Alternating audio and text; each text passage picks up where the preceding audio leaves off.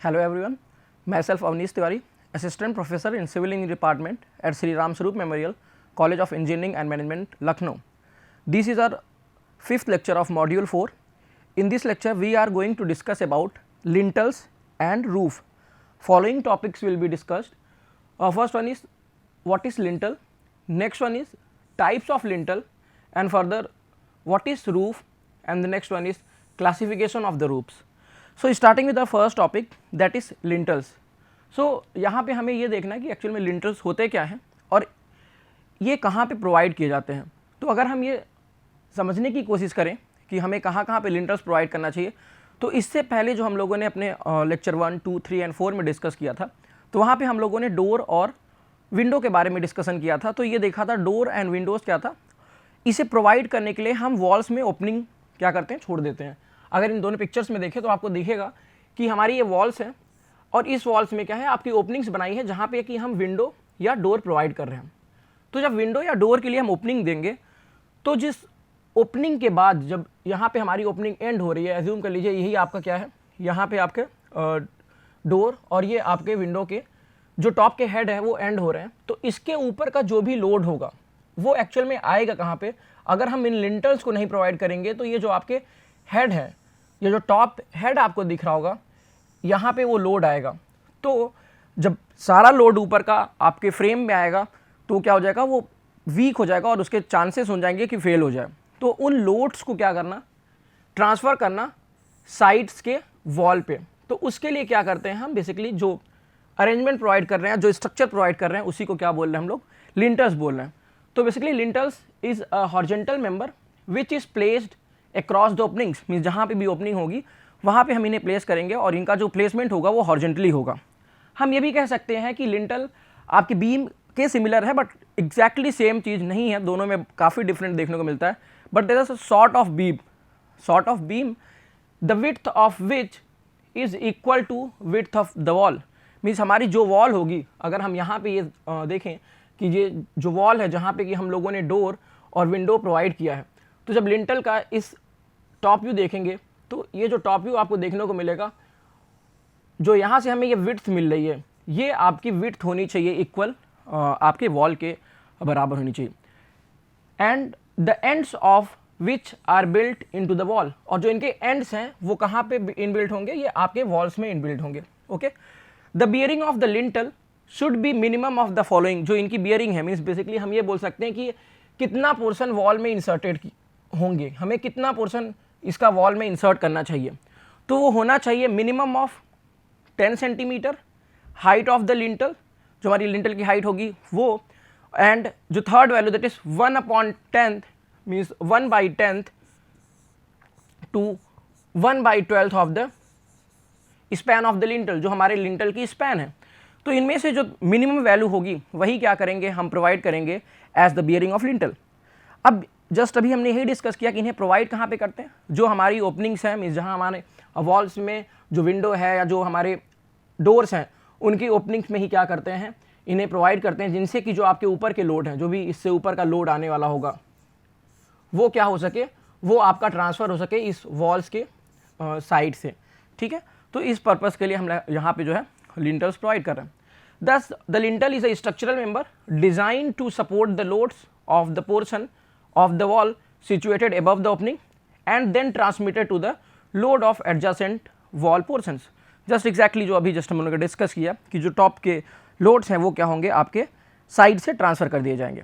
Next आता है classifications of lintel. हम लिंटल को क्लासीफाई कैसे करेंगे, तो बेसिकली जो हमारे मटेरियल हैं जिनसे कि हम लिंटल को कंस्ट्रक्ट कर रहे हैं, उसके बेसिस पे जो लिंटल क्लासिफिकेशन किया गया है, दैट इज जो timber lintel, stone lintel, brick lintel, steel lintels and reinforced concrete lintels. तो ये क्लासिफिकेशंस हैं जो कि according to the materials of their construction है. So starting with the first type that is timber lintel. So timber lintel की बात करें तो जाहिर सी बात है ये किस मटेरियल के बने होंगे, ये आपके बने होंगे टिम्बर के. और ये जो लिंटल है that is oldest type of the lintel. जो हमारा टिम्बर लिंटल है ये हमारा oldest type of the lintel है.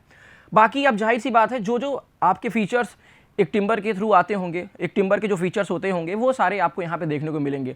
मीन्स आप बोल सकते हो कि इसमें क्या हो सकता है, डीके हो सकता है, ये क्या है, इसके अंदर फायर रेजिस्टिंग एबिलिटी कम होगी अगर हम बाकी और मटेरियल से कंसीडर करें तो जो हमारे टिम्बर्स हैं, timber lintels are relative costlier, structurally weak होते हैं और they are vulnerable to the fire. यहाँ पे जो फायर के चांसेस है, फायर के रिस्क हैं।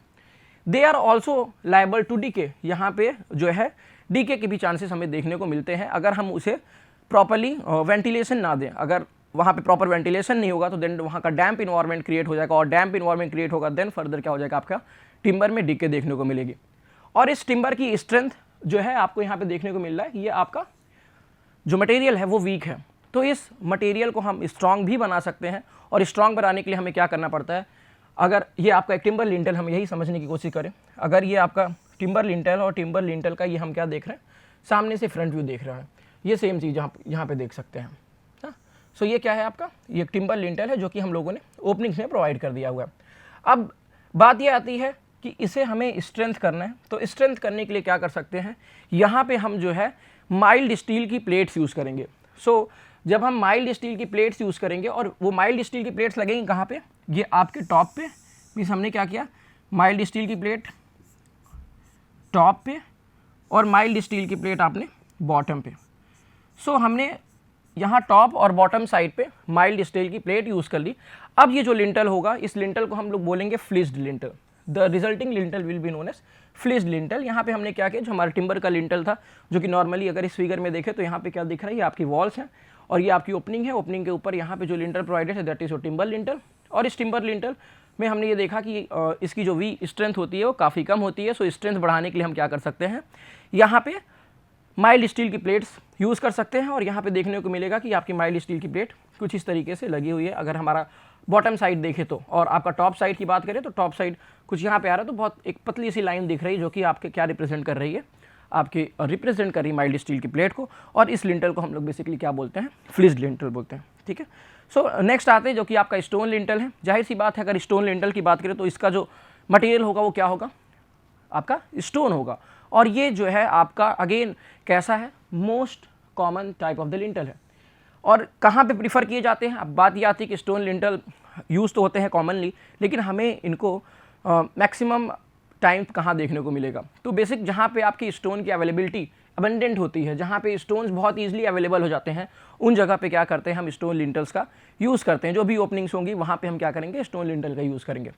अब stone lintel simple consist of a stone slab of a greater thickness. जो हमारे स्टोन लिंटल होते हैं वो क्या है, सिंपल एक स्टोन की स्लैब है जिसकी थिकनेस जो है क्या बोली जा रही है, that is of greater thickness.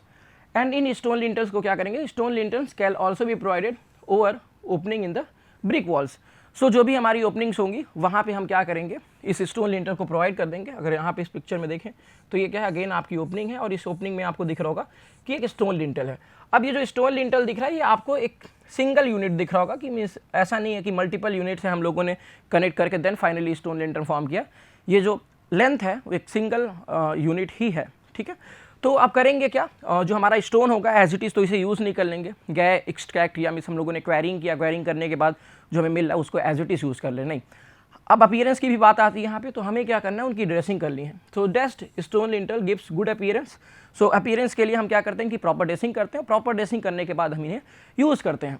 अब इस स्टोन लिंटल की बात करें, इन्हें हम क्या कर सकते हैं, या तो एक इंडिविजुअल पीस की तरह यूज़ कर सकते हैं, जैसे कि यहाँ पे है आपका जो स्टोन है एक सिंगल यूनिट है, या तो हम क्या कर सकते हैं, इनको मोर देन वन पीसेस के फॉर्म में भी यूज़ कर सकते हैं। जस्ट अगर यही हमारा अगर मोर देन सिंगल यूनिट्स होता तो आपको कैसे देखने को मिलता, हो सकता है आपका कुछ इस तरीके का अरेंजमेंट होता, ये आपका एक पोर्शन हो गया, ये आपका दूसरा पोर्शन दूसरा पीस हो गया, और आप क्या करते हैं इसमें जो हमारा ये थर्ड पीस होता है इसमें क्या कर देते हैं हम लोग ला के इंसर्ट कर देते हैं। तो आपको ये तीन डिफरेंट बोल सकते हैं यूनिट्स दिख रही हैं, 3 डिफरेंट पीसेस ऑफ स्टोन दिख रहे हैं, और इन 3 डिफरेंट पीसेस से ही हम लोगों ने क्या किया, फाइनली एक सिंगल यूनिट आपके स्टोन लिंटल की फॉर्म की है। नेक्स्ट ये आता है कि डेप्थ ऑफ स्टोन लिंटल कितना होना चाहिए। The depth of stone lintel is kept equal to 10 centimetre per metre of the span. Means हमारा जो डेप्थ होगा वो आपका डिपेंडेंट हो जाता है लिंटल के स्पैन पे, और जो लिंटल के स्पैन पे डिपेंडेंट है उसका एक्सटेंट क्या है, उसका रेशियो क्या है, किस रेशियो से वैरी करेगा। सो पर मीटर जो आपकी डेप्थ बढ़ेगी that should be 10 centimetre. But ये भी ध्यान देना है कि अगर लिंटल आपका 1 मीटर का है तो क्या उस केस में हम डेप्थ 10 सेंटीमीटर रखेंगे, नहीं। जो मिनिमम डेप्थ होनी चाहिए that should B 15 centimetre. So minimum depth should be 15 centimetre. और ये यूज़ किए कब कहाँ पे जाते हैं, जब आपका जो स्पैन है, बेसिकली जो ओपनिंग है, उस जगह पे जो लिंटल प्रोवाइड कर रहे होंगे उस लिंटल का स्पैन जो है 2 मीटर के अंदर ही होना चाहिए। Means they are used up to span of 2 metre. Okay, next है हमारा, जब अब बात ये आती है अगर वाइडर स्पैन बढ़ जाते हैं, तो अगर आपके स्टोन्स वाइडर है, मीन्स आपका स्पैन जो है वो वाइडर है, उस केस में क्या करेंगे। So for wider span stone slabs are kept on edge, stone is very weak in tension. So problem क्या आती है कि जो एजेस पे ही स्टोन रखना चाहिए, अगर स्टोन एजेस पे है सो क्या आएगा वहाँ पे, डेवलप होगा टेंशन। अगर आप खुद समझिए, हम अगर इस स्पैन को बढ़ा दें, जो अभी ये है, आप इस स्पैन को बढ़ा दीजिए, सो प्रॉब्लम क्या आएगी। ऑब्वियस सी बात है, जैसे जैसे स्पैन बढ़ेगा, ऊपर से जो लोड्स आ रहे होंगे, इसके वजह से क्या होगी, यहाँ पे टेंडेंसी आएगी बेंड होने की।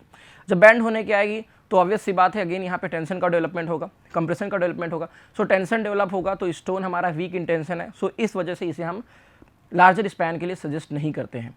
और अगर लार्जर स्पैन के लिए यूज़ कर रहे हैं, मान लीजिए सफिशियंट भी है, तो जब आपका वाइब्रेटरी लोड आएगा, जब ये यहाँ पे इस स्टोन्स पे जब वाइब्रेटरी लोड्स लगेंगे, तो आपका जो स्टोन लिंटल है वो क्या कर जाएगा, वो क्रैक कर जाएगा। सो इन्हें वहाँ पे यूज़ करेंगे जहाँ पे वाइब्रेशंस ना डेवलप हो रहे हैं। सो ये कुछ कॉमन पॉइंट्स हैं जो कि हमें ध्यान रखना चाहिए। नेक्स्ट आता है आपका ब्रिक लिंटल। ब्रिक लिंटल में क्या होता है, जो भी आपके लिंटल्स होंगे वो किसके होंगे, ब्रिक्स के होंगे। बेसिकली अगेन यहाँ पे देखने को मिलता है कि जो आपके ब्रिक लिंटल्स हैं ये स्ट्रक्चरली स्ट्रॉन्ग नहीं होते हैं। सो स्ट्रक्चरली स्ट्रॉन्ग नहीं है, इस वजह से इन्हें प्रीफर कहाँ पे किया जाता है, इन्हें प्रीफर वहाँ पे किया जाता है जहाँ का स्पैन आपका लेस देन 1 मीटर हो। Means span should be less than 1 metre and जो लोड हो, जो इस पर एक्ट कर रहा हो, वो क्या हो चाहिए, लाइट इन वेट, मीन्स बहुत हैवी लोड ना हो। हैवी लोड होगा देन आपका ब्रिक लिंटल क्या कर जाएगा, फेल कर जाएगा, और हमें उस केस में किसी और लिंटल को प्रीफर करना पड़ेगा। आप ये भी देख सकते हैं कि हम इस ब्रिक लिंटल को रीइंफोर्स्ड फॉर्म में भी यूज़ कर सकते हैं। Brick lintel consist of brick placed on and. जो हमारे ब्रिक्स होंगे वो या तो आपके एंड टू एंड रखे जा सकते हैं, आपके ब्रिक एंड टू एंड रखे जा सकते हैं, या तो आपके ब्रिक्स एज टू एज रखे जा सकते हैं। हम दोनों फॉर्म में यहाँ पे इसको अरेंज कर सकते हैं ना। So consist of brick placed on end और एज। जो हमारा डेप्थ होना चाहिए, depth of brick lintel varies from 10 to 20 centimetre. जो इनकी डेप्थ होनी चाहिए that should be 10 to 20 centimetre depending upon span.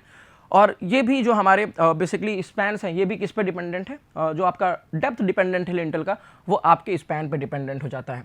अब यहाँ पे हमें ये देखने को मिलता है कि जो ब्रिक्स होते हैं, उस ब्रिक्स में क्या अवेलेबल होते हैं, फ्रॉग अवेलेबल होते हैं।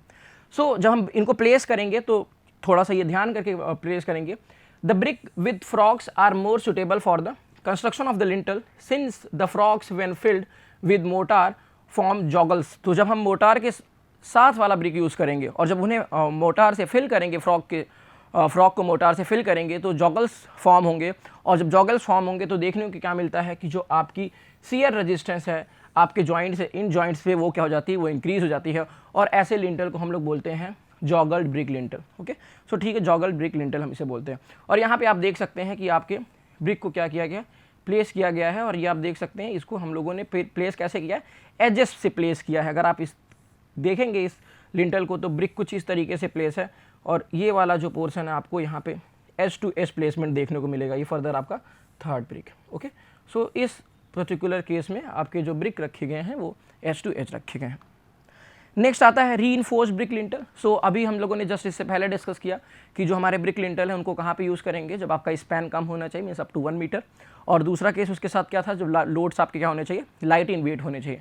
बट अगर लोड आपका हैवी है उस केस में क्या करेंगे, या स्पैन आपका ज़्यादा है उस केस में क्या करेंगे, और हम प्रीफर करना चाहते हैं ब्रिक लिंटल, तो उस केस में क्या करते हैं, हम लोग रीइंफोर्समेंट प्रोवाइड कर देते हैं। तो अब जो हमारा लिंटल यूज़ होगा that is reinforced brick lintel. Okay, when loads are heavy and span is more, lintel is may be made of reinforced brickwork। तो हमें यहाँ पे reinforcement प्रोवाइड करना है। अब जब reinforcement प्रोवाइड करेंगे तो उसके लिए हमारा अरेंजमेंट क्या होना चाहिए। तो अगर हम इस पिक्चर में देख के समझने की कोशिश करें तो हमें देखने को क्या मिलता है कि यहाँ पे हमने ब्रिक को कुछ इस तरीके से अरेंज किया है कि आपको यहाँ पे क्या मिल जाए, स्पेस मिल जाए, जिसमें हम क्या करेंगे, अपने स्टील बार्स को प्लेस करेंगे। और स्टील बार्स को प्लेस करने के बाद हम क्या कर रहे हैं, उसमें फिलिंग कर देंगे, आप उसमें मोटार फिल कर दोगे। Okay, so the depth of such lintel is kept equal to 10 centimetre. और in the multiple of 10 centimetre, depth 10 centimetre है तो इनके मल्टीपल्स में रखेंगे। अब बात ये आती है अगर हम 15 सेंटीमीटर रखना चाहते हैं तो क्या करेंगे। अगर हम ब्रिक की बात करें तो ब्रिक का जो साइज है 20 क्रॉस 10 क्रॉस 10, तो आप ब्रिक को कैसे भी प्लेस कर लेंगे। अगर आप विदाउट ब्रेक की अगर आप ब्रिक को प्लेस कर रहे हैं तो आपको कभी भी 15 सेंटीमीटर की थिकनेस नहीं मिलेगी। सो उस केस में क्या करेंगे, अगर हम 15 सेंटीमीटर की थिकनेस चाहते हैं तो हम ब्रिक के साथ साथ टाइल्स यूज़ कर लेंगे और टाइल्स की थिकनेस आपकी क्या हो सकती है 5 सेंटीमीटर हो सकती है। So brick in conjugation with tile use करेंगे तो आपको 15 क्या मिल जाएगा, हमें 15 सेंटीमीटर यहाँ पे देखने को मिल सकता है। The brick are so arrange that 2 to 3 centimetre wide space is left. अब ब्रिक को कुछ इस तरीके से प्लेस कर रहे हैं कि जिससे कि हमें 2 to 3 सेंटीमीटर वाइड स्पेस मिल सके। और ये सेम ये जो देखें जो हम लोगों ने स्पेस प्रोवाइड किया ये अरेंजमेंट के ही है बेसिस पे है, ऐसा अरेंज किया कि हमें 2 से 3 सेंटीमीटर का स्पेस मिल जाए। अब जब स्पेस मिलेगा इसी में क्या करेंगे, हम अपने स्टील बार्स को प्लेस करेंगे, माइल्ड स्टील बार्स को प्लेस करेंगे और उन बार्स को प्लेस करने के बाद इसमें हम मोटार की फिलिंग कर देंगे। जब मोटार की फिलिंग करेंगे तो ध्यान रखिएगा जो हमारा रेशियो होना चाहिए 1:3 का, मीन्स 1 आपका सीमेंट 3 आपका सैंड, इस रेशियो से क्या करेंगे हम फिल कर देंगे। और जब इन्हें हम लोगों ने जब प्रोवाइड किया होगा, मीन्स जो हमने रिबार्स प्रोवाइड किया है, उन रिबार्स को बांधने के लिए हम क्या करें, बेसिक आप देख सकते हो यहाँ पे स्टिरप्स भी यूज़ किए जा रहे हैं। सो स्टिरप्स जो है किससे आप बोल सकते हो अपोज करेंगे, जो वहाँ पे सीयर एग्जिस्ट हो रहा होगा या आपके सीयर के रेजिस्टेंस को बढ़ा देंगे।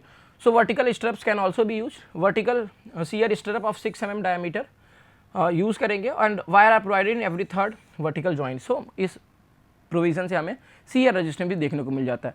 जो हमारा मेन रीइंफोर्समेंट है उसे क्या करेंगे, main reinforcement provided at the bottom of the lintel consist of, bottom पे क्यों प्रोवाइड कर रहे हैं, जाहिर सी बात है हमारा जो लिंटल है, जो भी हमारा ये बार्स हैं वो किस टाइप के फोर्स को अपोज करेंगे। सो वो आपका टेंसाइल इन नेचर होगा। जब टेंसाइल इन नेचर है तो जब भी जाहिर सी बात है, अगर हम आप एक सिंपल एग्जांपल लें, ये आपका एक स्ट्रक्चरल मेंबर है और यहाँ पे लोड्स आ रहे हैं तो नीचे ही आपका क्या देखने को मिलेगा, टेंशन देखने को मिलेगा। सो इस वजह से हम क्या कर रहे हैं, इन्हें जो है बॉटम फेस पे प्रोवाइड कर रहे हैं और ये कंसिस्ट क्या करते हैं 8 to 10 mm डायमीटर इनका जो रिबार्स यूज़ हो रहे हैं उनका डायमीटर है, जिनको कि हम क्या कर सकते हैं एंड पे क्रैंक कर सकते हैं। एंड पे इनको हम क्या करें, क्रैंक कर दे रहे हैं। इसके पीछे रीज़न क्या है, अगर हम इस पर भी बात करें कि ऐसा क्यों कर रहे हैं, तो देखने को ये मिलता है कि जो हमारे यहाँ पे 2 चीज़ें एग्जिस्ट करेंगी। अगर हम बेंडिंग मोमेंट का बात करेंगे तो बेंडिंग मोमेंट कुछ इस तरीके से एग्जिस्ट होगा, यहाँ पे आपका बेंडिंग मोमेंट आपका मैक्सिमम है।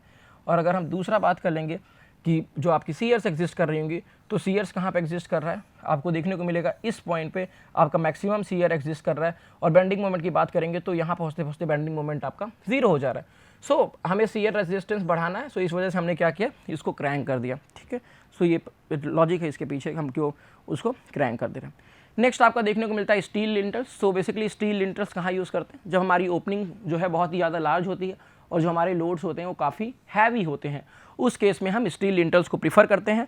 अब steel lintels consist of rolled steel section, rolled steel section देखने को मिलते हैं, या ये आपके चैनल सेक्शन हो सकते हैं। और ये जो चैनल सेक्शन होंगे इनको या तो आप सिंगल इंडिविजुअल प्रोवाइड कर सकते हो, या आपका आई सेक्शन दिख रहा है इसको हम एज इंडिविजुअली यूज़ कर सकते हैं। अगर आप इंडिविजुअली नहीं यूज़ कर सकते हो तो मल्टीपल यूनिट्स को भी यूज़ कर सकते हो, मीन्स कम्बिनेशन में भी यूज़ कर सकते हैं। जब इंडिविजुअली यूज़ करेंगे तो इनको सेपरेट करने का कोई प्रॉब्लम नहीं है, मीन्स इंडिविजुअल है तो हमें सेपरेट करने का ऐसा कुछ प्रोविज़न ही नहीं देना पड़ेगा कि पहले को दूसरे सेपरेट करें, क्योंकि वो एक्चुअली वहाँ पे इंडिविजुअली एग्जिस्ट कर रहा है। लेकिन अगर हमारे जो नंबर्स हैं वो 1 से ज़्यादा हैं तो उन्हें कैसे सेपरेट करेंगे, तो उसे सेपरेट करने के लिए यहाँ पे आप देख रहे होंगे हम लोगों ने एक एक्स्ट्रा मेंबर यूज़ किया है। उस मेंबर को हम लोग क्या बोल रहे हैं, पाइप सेपरेटर्स बोल रहे हैं। With the help of pipe separator, आप इसको ट्यूब सेपरेटर भी बोल सकते हो, इसके हेल्प से हम क्या कर सकते हैं, इन तीनों के बीच में स्पेसिंग कर सकते हैं और स्पेसिंग भी करेंगे और साथ में इस ट्यूब सेपरेटर की वजह से उनको एक साथ होल्ड किया जा सकता है, उनको उसके पोजीशन में मेंटेन किया जा सकता है। ठीक है, सो ये कर सकते हैं। नेक्स्ट है आपका रीइंफोर्स सीमेंट कॉन्क्रीट लिंटल। अब रीइंफोर्स सीमेंट कॉन्क्रीट लिंटल क्या है, बेसिकली हमारे ऐसे लिंटल्स जो कि सीमेंट कॉन्क्रीट के बने होंगे और उस सीमेंट कॉन्क्रीट में हम लोगों ने रीइंफोर्समेंट प्रोवाइड किया होगा। So reinforce cement concrete lintel have replaced practically all other types of the lintel. जो आज करंट टाइम है उस केस में जो हमें मैक्सिमम जगहों पे जो लिंटल देखने को मिलता है वो आपका रीइंफोर्स सीमेंट कॉन्क्रीट लिंटल ही देखने को मिलता है। उसके पीछे रीजंस क्या है, because of their strength, rigidity, fire resistance, economy and ease in the construction. So उनकी स्ट्रेंथ अच्छी मिलती है, उनसे रिजिडिटी मिल जाती है, उनके अंदर एबिलिटी होती है फायर को रजिस्ट करने की, उसकी इकॉनमी भी कम, जो बजट है आपको इस रीइंफोर्स सीमेंट कॉन्क्रीट लिंटल को कंस्ट्रक्ट करने के लिए वो भी कम है, और जो इनका कंस्ट्रक्शन है वो भी बहुत ही आसानी से किया जा सकता है। और नेक्स्ट इंपॉर्टेंट बात ये है कि इन्हें हम किसी भी स्पैन के लिए कंस्ट्रक्ट कर सकते हैं। इनकी जो विड्थ रखी जाती है, इनकी विड्थ आपके वॉल के विड्थ के बराबर रखी जाती है, और जो डेप्थ होगा, depth depends upon the span and the magnitude of loading. आपका लोड किस एक्सटेंट का है और आपका स्पैन कितना है ओपनिंग का, सो उसको देखते हुए हम क्या करते हैं, आपके आरसीसी लिंटल की डेप्थ बताते हैं। और जो रीइंफोर्समेंट है, loading longitudinal reinforcement consist of mild steel bars and provided near the bottom of lintel. जो हमारे माइल्ड स्टील बार्स हैं, आप यहाँ पे देखोगे, इनको हम क्या करें, इस बॉटम फेस पे प्रोवाइड कर रहे हैं। और अगेन आता है कि जब हम एंड्स तक पहुँचेंगे तो इनको क्या करेंगे, क्रैंक कर देंगे, यहाँ से इन्हें बेंड करके कुछ इस तरीके से यूज़ कर सकते हैं। Okay, shear stirrups also provide करते हैं। सीयर स्टिरप्स क्यों प्रोवाइड कर रहे हैं, जिससे कि हम इनकी सीयर रेजिस्टेंस को बढ़ा सकें। नेक्स्ट आता है आपका एक अगला टॉपिक, दैट इज़ छज्जा। छज्जा क्या है, तो हमने ये देखा होगा जहाँ हमारी एक्सटर्नल वॉल्स होती हैं, अगर हम लोगों ने एक्सटर्नल वॉल्स पे विंडो प्रोवाइड किया है, सो ये एक्सटर्नल वॉल है, इस एक्सटर्नल वॉल पे आपको यहाँ पे एक विंडो दिख रही है। इस केस में आप रेनफॉल हो गई तो क्या होगा, जो बाहर की रेन होगी वो भी अंदर आना चाहेगी, और अगर उस जगह पे आप बोल सकते हैं अगर सनलाइट है तो सनलाइट ही बहुत ज़्यादा क्या करेगा, आपके इस जगह से एंटर कर जाएगा अंदर। तो सनलाइट की बहुत ज़्यादा रेडिएशंस एंटर करेंगी, और रेडिएशंस अगर ये आफ्टरनून में एंटर कर रहे हैं तो जाहिर सी बात है आपको समझ में आएगा कि रूम का टेम्परेचर जो है वो इंक्रीज़ कर जाएगा। सो स्नो से, रेनफॉल से और हीट से बचाने के लिए क्या करते हैं, जो हमारी एक्सटर्नल वॉल्स की ओपनिंग है उनको प्रोटेक्ट करने के लिए रेन, स्नो और हीट से हम क्या करते हैं, एक प्रोजेक्शंस प्रोवाइड कर देते हैं, और जो एक प्रोजेक्शंस निकले हुए हैं, इन्हीं प्रोजेक्शंस को हम क्या बोलते हैं, छज्जा बोलते हैं। Okay, they are weather sets, इनको वेदर सेट्स भी बोल सकते हैं। इनकी थिकनेस क्या हो सकती है, अगर हम अब इस चीज़ को भी समझने की कोशिश करें, क्या हमें इनको एक यूनिफॉर्म थिकनेस का बनाना चाहिए, तो ये ऐसा करना सही नहीं होगा। क्योंकि जाहिर सी बात है, ये कैसे होते हैं, ये कैंटिलीवर, आप इनको अगर देखो तो ये कैसे हैं, अगर हम ये पूछे ये किस नेचर का है, तो आपको दिखेगा कि ये एक साइड से सपोर्ट है और दूसरे साइड से फ्री है, मीन्स एक साइड से फिक्स्ड है और दूसरे साइड से फ्री है। तो जाहिर सी बात है, इनको इस पॉइंट पे जो आपको लोड देखने को मिलेगा वो क्या होगा, वो ज़ीरो है। आप जैसे जैसे इधर बढ़ते चले जाओगे, अगर यूनिफॉर्म लोडिंग है तो लोड का जो टोटल लोड है, मीन्स जो हमारा शियर फोर्स है वो बढ़ता जाएगा, और अगर हमारा बेंडिंग मोमेंट होगा वो भी बढ़ता चला जाएगा। अगर हम नॉर्मल इस तरीके की बात करें, अगर आपका ये क्या है, ये आपका पॉइंट लोड है, उस केस में अगर हम शियर डायग्राम की बात करेंगे तो कुछ इस तरीके का बनेगा। बेंडिंग मोमेंट डायग्राम की बात करेंगे तो आपको कुछ इस तरीके का देखने को मिलेगा। तो ये बेंडिंग मोमेंट क्या हो रहा है, आप देख रहे हो कि बेंडिंग मोमेंट यहाँ पे जीरो है, लेकिन इधर जो है आपका इंक्रीज कर रहा है। तो जाहिर सी बात है, हम क्यों इसको यूनिफॉर्म बनाएं, अगर आप कुछ इस तरीके का बनाओगे तो भी ये क्या करेगा, आपके जो लोड्स हैं, जस्ट